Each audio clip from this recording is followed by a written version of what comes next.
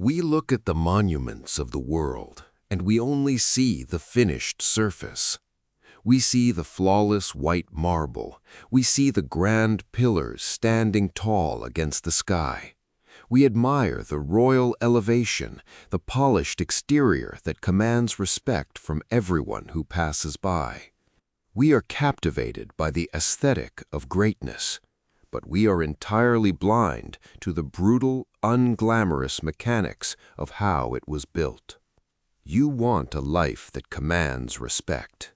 You want to build an empire, a business, a physical form, and a character that cannot be shaken by the wind. But you cannot place heavy premium stone on top of a swamp. You cannot mount iron elevations on a crumbling base. The heavier the structure you wish to build, the deeper and darker the excavation must be. The first phase of greatness is not building, it is digging. You must go down into the quarry of your own mind. You must confront the dirt, the mud, and the soft soil of your worst habits. You must clear it all away until you hit bedrock.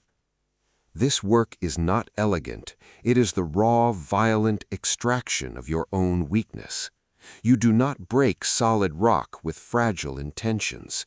You break it with the heavy machinery of discipline. You strike it with calculated force, day after day, grinding out the raw material of your future. When the machine of your mind breaks down under the stress, you do not abandon the site. When a complex system fails to boot, when the internal drive crashes and the screen goes black, a master technician does not throw the machine away. He opens it up. He runs the diagnostics. He finds the failing sector. He rips out the corrupted drive, and he installs a new, relentless operating system. You must do the exact same thing to yourself.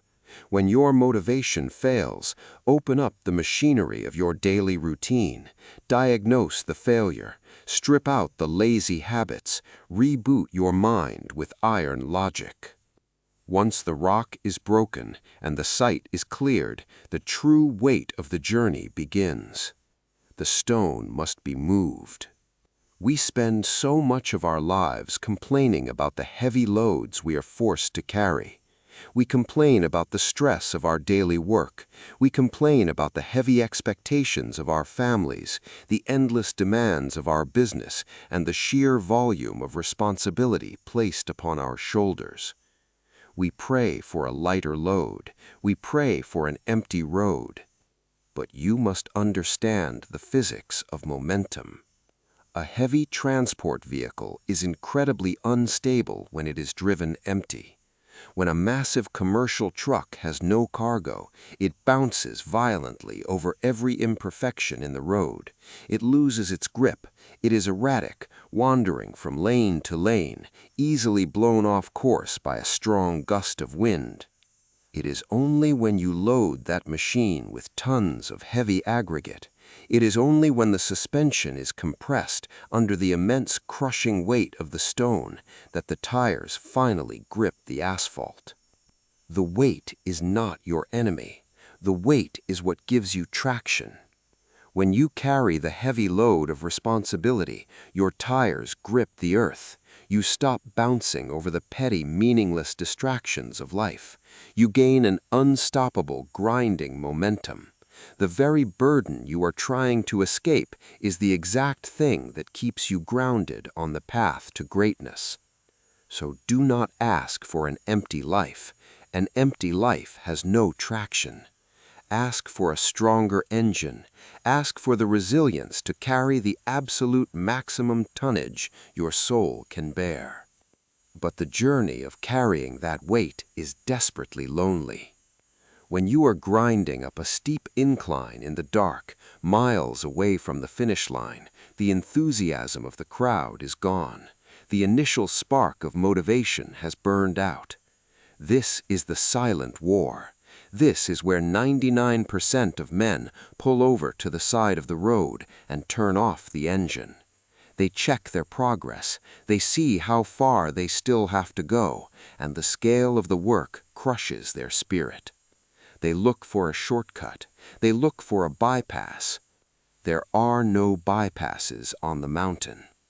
The obstacle cannot be driven around. It must be driven through. You must stop looking at the summit, looking at the distance between where you are and the grand elevation you are trying to build will only breed anxiety. Anxiety is a parasite. It feeds on your energy by forcing you to live in a future that does not exist yet. Bring your mind back to the present second. Look only at the few feet of road directly in front of your tires. Do not focus on the thousands of tons of stone you have left to move. Focus only on the next gear shift. Focus only on the next hour of work. You must learn to find total, absolute peace in the boredom of the grind. The master is not the man who operates in a constant state of fiery passion. Passions burn hot and fade quickly. The master is the man who treats his discipline as a cold, mechanical function. He wakes up, he turns the key, he moves the earth, he shuts it down, and the next morning he does it all over again.